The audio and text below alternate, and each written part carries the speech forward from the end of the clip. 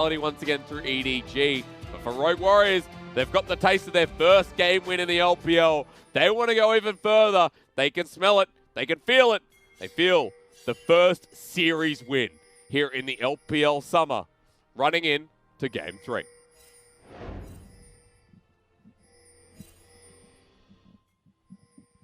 Just clarifying the compositions.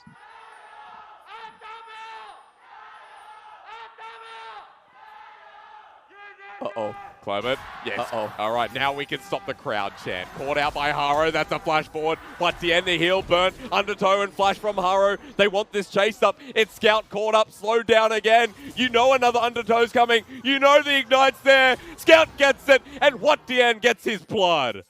That was a very smart play by Rogue Warriors. They anticipate the invade coming in from a Kleptomancy Ezreal plus Yuumi, and they just wait and set the trap. They wait until EDG walk in, and then they collapse. And giving the Renekton, who was already in a good lane, first blood, that sucks for Scout. Everyone is here. We talked about bot lane fight, and there's 10 people on this side of the map now. Jiejie starting with flag because he needs to. Scout and HuaTian are going to try and gang up now on Jinoo. Rather other way around. HuaTian getting low. They're poking him down. The smite goes down. Blue buff gives Haro level 2. They flash on top of Scout. No! He's going to die a second time. A great Falls duet, but I don't think it's going to be enough. Undertow connects. HuaTian gets him a second time. ZWuji caught out as well, so iBoy at least gets a trade. But this crazy early game gives 2 kills to a Renekton mid. This is ridiculously bad with how the kill distribution actually went down. HuaTian picking up both of them. Faster Tiamat. Very early wave clear, and Olaf has the deciding advantage against a Jarvan. EDG are basically in a heap of trouble at this point. Colonel has never been more wrong. That should be blue now. That should be as blue as the sky. You know what? You have to give the Colonel a break. He probably builds these graphics before we actually load into the game. And he's, like, man, what did I just do? You know, I made a mistake. 2-0, as I mentioned there before. HuaTian didn't have a chance to back. He ran straight to lane, and he's already 10 CS up. Yeah. Welcome to hell. And Scout is so easy to gank at this point. He can never actually walk out past the river. So I really expect you to see Haro just go in very early on and start to pressure. Around the top side right now after that hectic start. Look at the summoners that have been burnt. On Rogue Warriors, for good reason. No flashes except for holders available. So with those key summoners being down, now it's up to Jiejie to be active. But even his lanes, Exhaust was used, Flash and Teleport by Scout, Teleport by Jinoo. So there is still a disadvantage here for EDG, but one that Jiejie needs to play up to, and Jinoo here making the roam is exactly what he needs to do. But the Flawless duet doesn't connect. Jinoo going to try and force him out of lane, but they're going to sandwich him as the jungler. HuaTian playing this so nicely. Slice and dices away. That was slick. Teleport coming in from Holder, and this fight is only just beginning. Onto Scout, they find the Comet. It's Holder here who's got the damage burst, but the bottom lane joins. It's a Yuumi. Still, for Rogue Warriors, they're the ones getting engaged on. It's their time that is getting better used. Yeah, that was so good from HuaTian. He actually gets a blind slice and dice. The first slice over the wall onto Kennen allows him to get his escape. A bit of luck, a bit of skill, a bit of anticipation there to get him out of that situation. And EDG just can't find anything back. It was a great idea from Jinoo. I love that play. Yep. And they get a teleport for it. But unfortunately, not enough to get them back. They were trying to change these lanes. They were trying to put HuaTian at a deficit after what a great early start he's had. And also pick up some of that bounty this early on. Would have been 450 gold to kick them off.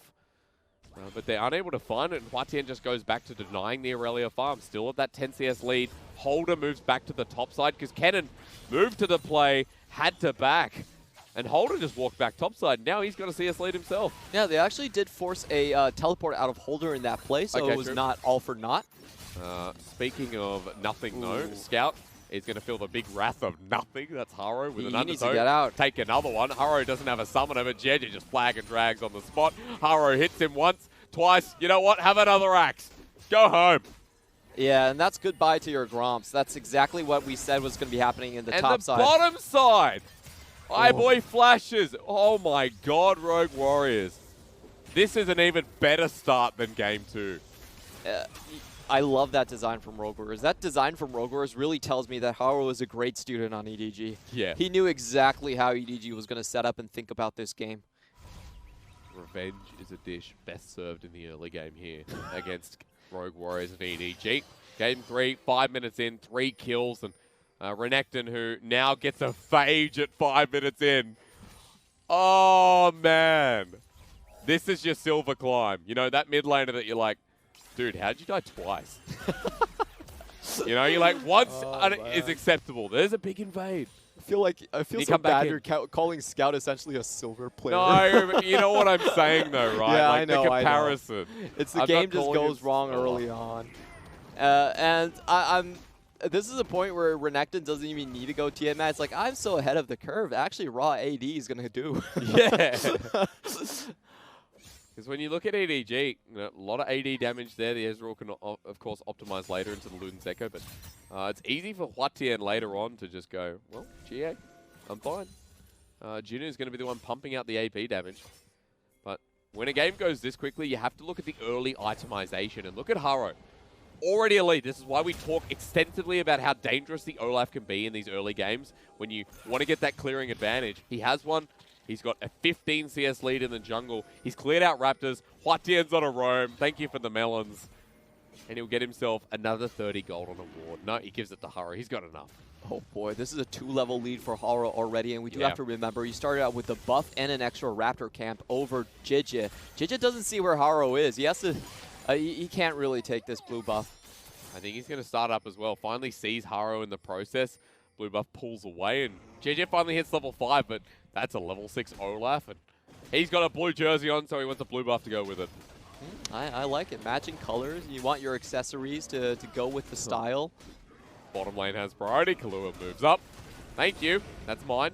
Drop a control ward in there as well. And Jiejie, we sung his praises, but when you go up against someone as experienced as Haro, sometimes, you know, he just fall down.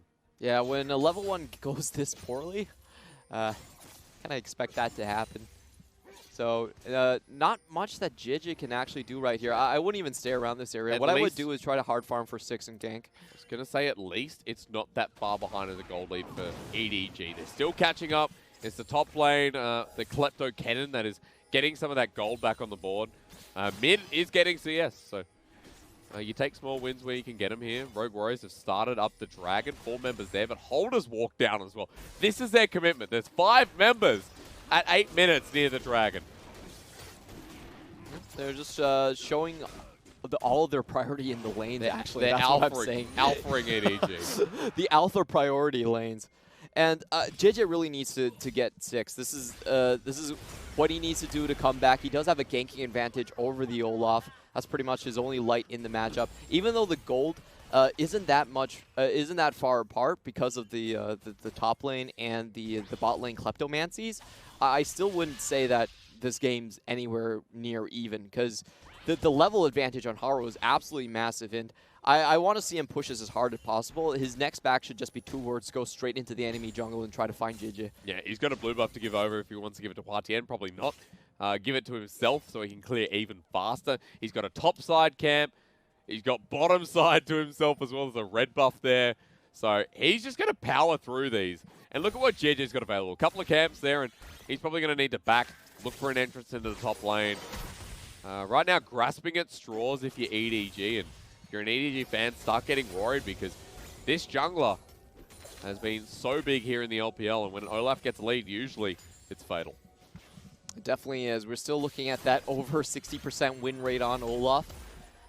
Getting close to 70, by the way. It is. Conqueror's build this time around. And the main thing that we've been seeing is that people have been moving away from Cinder Hulk, just going onto that Warriors for a long time and then going Black Cleavers. I don't think almost pure damage build. I think the only person we have seen Cinder Hulk from was either Condi before his incident or one of the lower tier teams. But we haven't seen it in a while, Clement, so you're right. So it's just pure warriors here. And Conquerors are honestly enough of a health comeback. You do have extra healing from your W as well. So essentially, if you're going full damage build, you still get a lot of bonuses and extra HP just from damage dealt. The Conquerors and your extra healing bonus bonuses. So that's the reason we've been seeing this major shift away from like what used to be the Predators and kind of like Cinderhawk Olaf that's just try to run people down and burn them at the meantime. And look, Haro, he goes back, picks up Warriors. That was a clear that just set him ahead by 30. Now, Ruby Health Crystal picked up. The Warriors, as I mentioned there before, he doesn't need tier 2 boots. Cinderhawk on the Java, and Jiejie is like, I'm behind. I just need to scale up. I need to be that front line. And moving to the top lane to try and elevate one of his laners is a must. A lane gank seems to be in the path. But look, Killua's here. Because they moved lanes. This is so early, but Rogue Rose have such a lead, they can do this. You know, it's a very common build path we see in the LPL. Your bot lane's ahead, just transition that, take Drake, and then go up and take Haro. Double objectives in the same time. And I actually like what Jiejie did here. He did anticipate the move, so you can see the control ward early just to spot all of this out. However, his laners are too far behind. They can't even really try to steal this whatsoever. All right, Clement, you say that, but there's a teleport coming there's up. double coming. I forgot the Yuumi. And I forgot that it's EDG we're looking at. True Shot Barrage. Doesn't tag anyone. Now, Jiejie is level 6, but Killua knocks him in. Remember, the lead is still there. Undertow doesn't connect, but here comes another teleporter response. With a perfect equalizer down. Splits the team in two. They have nowhere to go, but Rogue Warriors looking for somewhere to go themselves. Yeah, and EDG are looking to re-engage. Hey, hello, Jinoo, into 2 members. He finds the Slicing Maelstrom, but remember, Olaf getting low means he attacks faster. Still not good for EDG. Cataclysm comes down, and HuaTian is frontlining this one. Give a triple over to Haro, and your nightmare turned into a double back-to-back. Jinoo idea was okay, but the rest of the team could not follow up through the likes of HuaTian. Renekton just popping his dominance and standing in the middle. I think his AoE damage probably did more than all of his auto attacks combined. My god, if Haro wasn't already so far ahead. There's a Rift Herald mid. He's going to share the gold with HuaTian. The 2 most fed members are about to get a free bloody buffet. Ooh. Frontline idea was okay from EDG. Backline, not even close. They just couldn't put the damage down. Like, at this point, iBoy is going, I got good damage there. And that's all you take away from that. He's the only person with what looks to be a lead after this fight. For EDG, like, yeah, Jinoo. But the rest of EDG, like, we can't. Oh god, look at Killua. That was such a good knockback onto Jiejie, and he has to use his Cataclysm in a very unoptimal spot. Doesn't have it synced up with the Slicing Maelstrom. I know that if that connected, there was a greater window, Clement. And all part of me said that, you know, maybe EDG could have taken it, but... Nah, not really. I think HuaTian still would have cleaned them up, but it would have been closer. I mean, Scout picks out a good floor duet, so the skill's still there for EDG. You're not doubting it, but the early game has punished them so much, and Rogue Warriors punishing them that much more. 3k gold lead, they've got a mountain, clouds there available. And now for map rotations, it's so easy because turret plating's still there for the next 30 seconds. The Rumble can push in, Haro can take this by himself. They can look towards the bottom lane, and EDG have to look at every turn because securing vision now is just that much of an effort. Yep, Rogue Warriors are transitioning into the 1-3-1 composition. I don't think Aurelia got the Mercs, so she's not gonna have the easiest time against the top lane right here. You can see Holder still having a gold lead over her.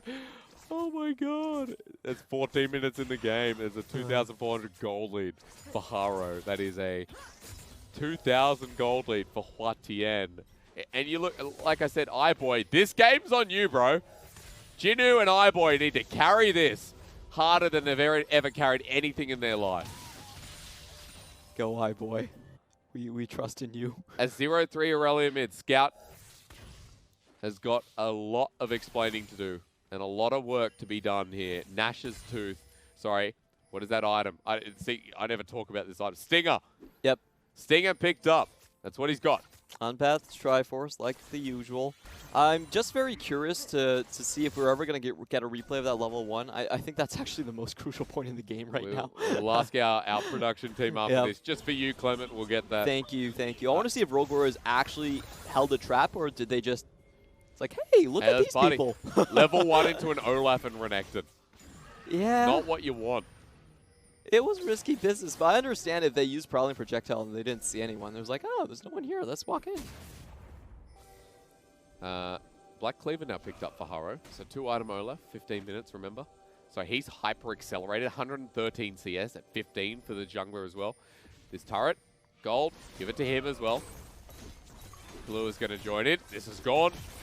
One outer remaining. Well, EDG trying to force down the mid lane. Now, at least they're trying to get something here, but HuaTian is melee wave clear. They still don't want to deal with him as if you would. Just taking a look at the build from ZWuji, this is a I want your towers down as soon as possible build.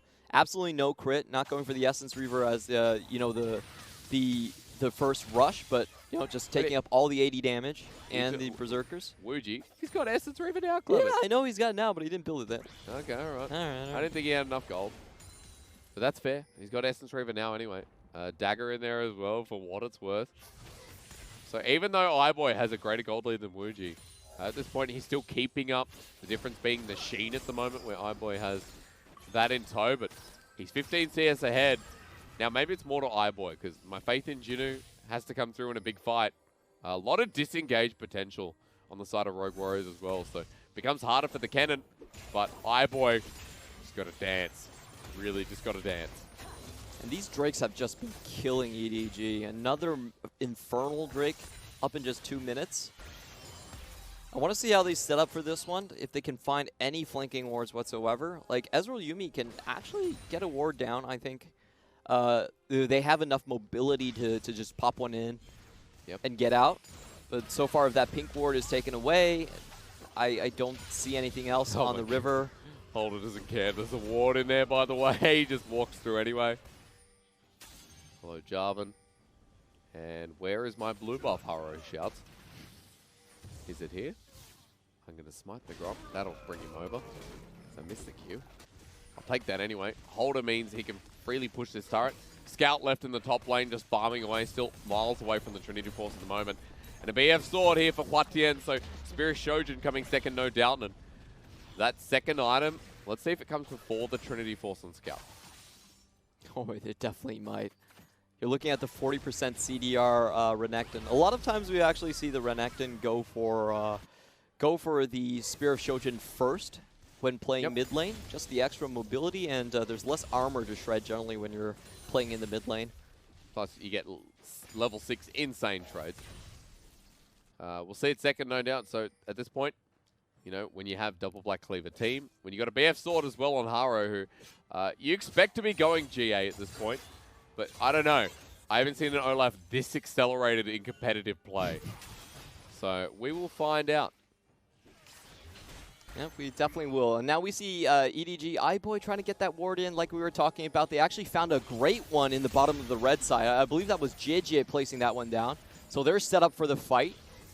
It's around the Infernal, but the EDG want to take this again. We saw how the last one went. iBoy is the hope of this fight, has the Mirror Mana fully stacked up at 18 minutes. And the Iceborne. The rest of the map has been so heavily focused, but this TP coming in from Scout means that they really want to contest for this next dragon. Yeah, I think you have to at this point. As crazy as it sounds, things don't get better in the future. Yep. So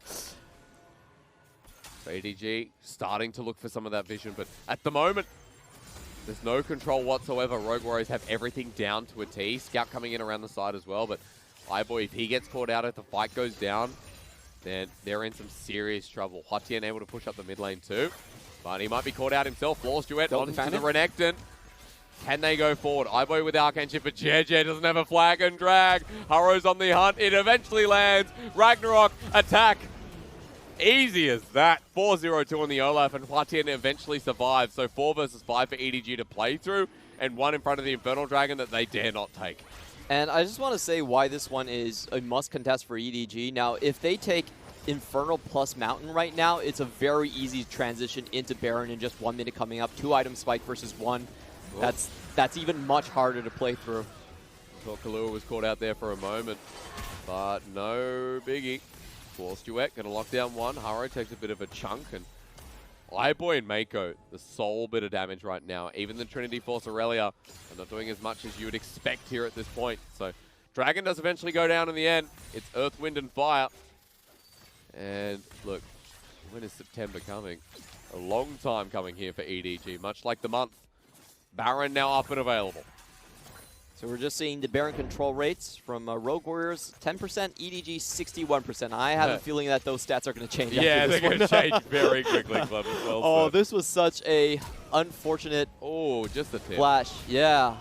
That's always something about playing Olaf is that the range on the undertow is... Ooh, bye-bye. Oh, Holder might die here. Actually, hang on. What?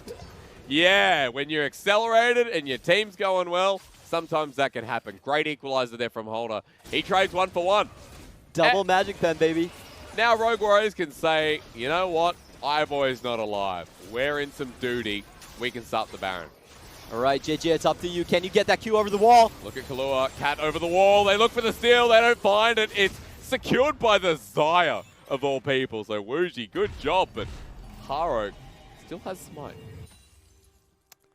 Okay, close Imagine it worked. if final chapter took that, EDG were back in the game. Oh boy, that would be a final chapter for someone on the team. I would never believe in Rogue Warriors again if that happened. We'll have a look at how this 1v1 started. Put it full screen, because that was sick. That is Rumble in the mid-game with only 1 item and a haunting. Guys, that'll keep happening, won't it? Oh, I actually was watching this screen and screen. I just saw HuaTian coming down. I'm like, oh god, I here we think go. Jinoo was on a suicide mission just to chip towers and kind of delay the game. He wanted that turret badly. Rogue Warriors get another free kill, and Colonel stopped popping up. I'm looking at items. Yeah, now he's flipped. Yeah, I love how Colonel actually adjusts these in real time. But he never, you know what? You know what? He never goes 100%. This is a game I would go 98, I reckon. The highest I've seen is 93. Yeah. Hold up. Might be caught out again, so maybe 90% is okay. Equalizer comes down. Almost takes iBoy with him again. Zoomies to heal him back up. EDG getting picks like this is great, but with a Baron buff wave coming up at 22 minutes, Haro mid, the rest of Rogue Warriors towards the bottom side, this is an early inhibitor for the taking. Oh, and EDG absolutely need to fight for this. This is insane to think that EDG, with such a great start of the season, is now going to be down staring down the barrel of a 3-match losing streak against Rogue Warriors, who haven't won a series before this, haven't even won a game before this. They want to change that, Clement, because this game is set up for success for them. 9k gold lead against EDG. They've got another Cloud coming up. They've got 2 item Renekton, 3 item Olaf. 2 items now on Holder, who's been picked out twice, and 2 items on there. Zaya down in the bottom lane. Like I said before, the hope is towards iBoy, but you're getting slow item power spikes here from EDG. And you're right, with a start like that in Game 1, who would have expected that EDG Game 2 and Game 3 would be so messy, so out of sorts, that they would be staring down the barrel, as you said, of a 3-match losing streak. And most of this actually happened in the early game as well, which goes to our point that Rogue Warriors that we've seen has actually had very good and convincing early to mid games. It's just the later phase of the game that they sometimes have problems finishing up. But I don't think it's going to happen with this one. I think EDG is only out at this point. You can see the AP being selected for Ezreal is just to get a backline burst on a target and see if that works out. If you look at the itemization, you still don't have a stopwatch or a Zanyas being placed for Holder, so he's actually a fairly easy target to kill. They've been playing on that a couple of times now. That was the second time he got picked off, but if he groups with the rest of Rogue Warriors, then you have an equalizer in the middle of a 5-on-5 team fight. And that has been the difference here. Almost taken down iBoy twice with that equalizer amidst the 1v2, the 1v3. Now for Rogue Warriors towards this top side, they want to put the nails in the coffin. They want their first series win, and Clement, they can feel it again. Yeah, Haro dropping dangerously low, though. iBoy willing to chase him down, and we have to look at the engage options here for Rogue Warriors. It pretty much comes down to Killua to find iBoy. Oh, equalizer comes down. It's onto iBoy. Zoomies comes through. It nicks him in the bud, and he gets down to half health. Now for Rogue Warriors, getting down that inhibitor is going to be key. But Holder pokes down iBoy. He wants a little bit more. Rogue Warriors want the end as the bottom lane minions tunnel in, and they've only got 1 inhibitor left on, and they've got the Nexus turrets that they want to get to. Very slim chance of Rogue Warriors ever really dropping the ball on this one. I think the next buy Holder, you just get your stopwatch. Everyone stock up on stopwatches. Make sure that no one can actually die in these fights, and you can just go for one big final push. Even if iBoy has enough damage to go through 2 people, he's not going to have enough to kill the entire team. Very true.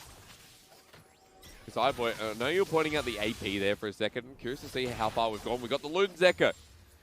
That's the only thing I'm going to mention about builds here for EDG. This is a much higher damage build than just the Blade of the Ruined King. So it gives you more burst potential, and this is what they desperately need, at least to snipe up one of the carries. Rogue Warrior is just putting every nail in this cross. Look at those stopwatches. That's what I'm talking about. Oh, and we got control wards in there. Clement, you should be an analyst. You're good. Oh, thank you, sir. You're going to get tagged on his way out.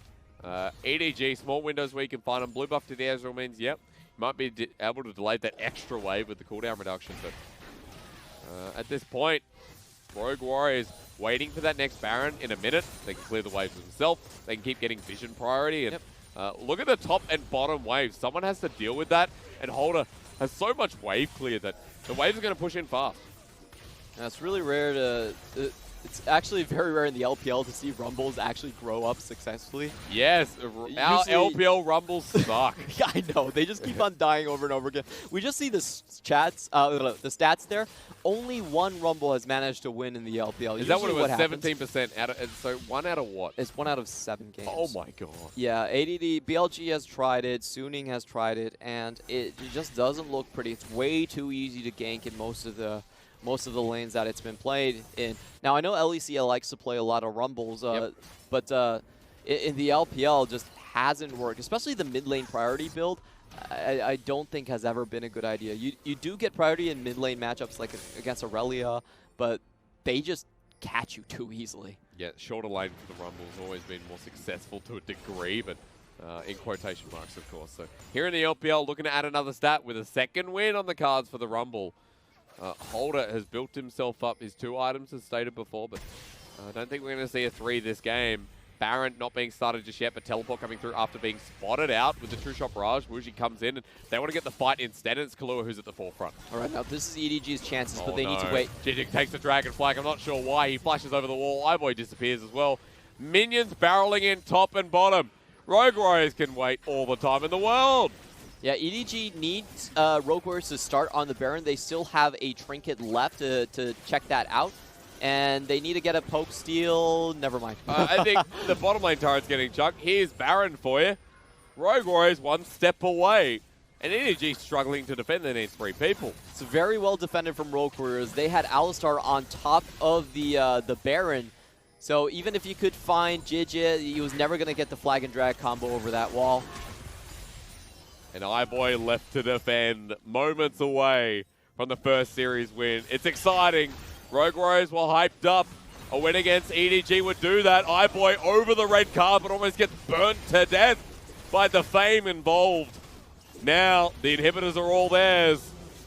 And they start barreling with the Baron buff and minion waves at the ready.